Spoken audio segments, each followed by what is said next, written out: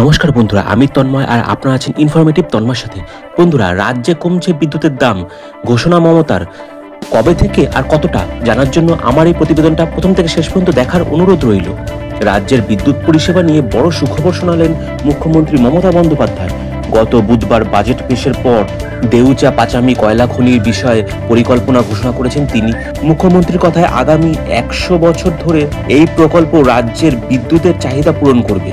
একই সঙ্গে বিদ্যুতের দাম কমানোরও আশ্বাস দিয়েছেন মুখ্যমন্ত্রী মমতা বন্দ্যোপাধ্যায়।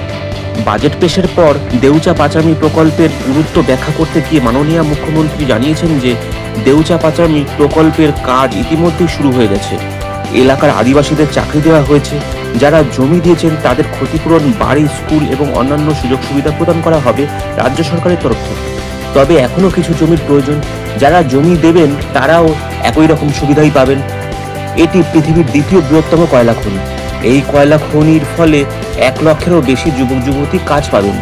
পাশাপাশি এখানে কয়লা উৎপাদন শুরু হলে বিদ্যুতের দাম এখনকার তুলনায় অনেকটাই হ্রাস পাবে। মুখ্যমন্ত্রী আশ্বাস দিয়েছেন যে দেউচা পাচামি কয়লা খনি থেকে কয়লা উত্তোলন একবার শুরু হয়ে গেলেই রাজ্যের বিদ্যুতের দাম উল্লেখযোগ্যভাবে কমানো হবে। তিনি বলেছেন যে আগামী প্রজন্মকে লোডশেডিং এর সমস্যায় যাতে ভুগতে না হয় সেজন্যই এই প্রকল্প এতটাই গুরুত্বপূর্ণ। বিদ্যুতের দাম নিয়ে সিইএসসির নীতিকে কটাক্ষ করে মুখ্যমন্ত্রী বলেছেন যে রাজ্য সরকার বিদ্যুতের দাম বাড়ায় না, তবে সিইএসসি নিজেদের নিয়মে দাম বাড়িয়ে ফেলে। সিপিএম সরকার এদের অধিকার দিয়ে গেছে, এতে রাজ্যের কোনো রকম হাত নেই। তবে ভবিষ্যতে দেউচা পাচামি প্রকল্পের মাধ্যমে বিদ্যুতের দাম অনেকটাই কমানো সম্ভব হবে। এই কয়লা খনি প্রকল্প শুরু করতে গিয়ে কিছু প্রতিবন্ধকতা দেখা গেছিল। এখানকার স্থানীয় বাসিন্দারা পরিবেশ নষ্ট এবং বনাঞ্চল ধ্বংসের সংশয় নিয়ে বিভিন্ন অভিযোগ তুলে ধরেছিলেন। তবে প্রশাসনের তরফ থেকে তাদের পুনর্বাসনের পাশাপাশি আর্থিক ক্ষতিপূরণ এবং চাকরির প্রতিশ্রুতি দিয়ে সেই সমস্যার সমাধান করা সম্ভব হয়েছে। বিশেষজ্ঞদের মতে দেউচা পাচামি প্রকল্প রাজ্যের বিদ্যুৎ উৎপাদন শিল্পে বিপ্লব নিয়ে আসবে। পাশাপাশি এই প্রকল্পের মাধ্যমে অর্থনীতি আরও উন্নত হবে এবং হাজার হাজার মানুষের কর্মসংস্থানেরও সুযোগ তৈরি হবে।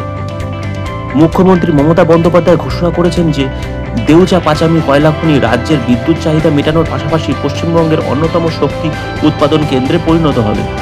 এই প্রকল্প রাজ্যের উন্নয়নের পথে গুরুত্বপূর্ণ ভূমিকা রাখবে বলে মনে করছেন বিশেষজ্ঞরা।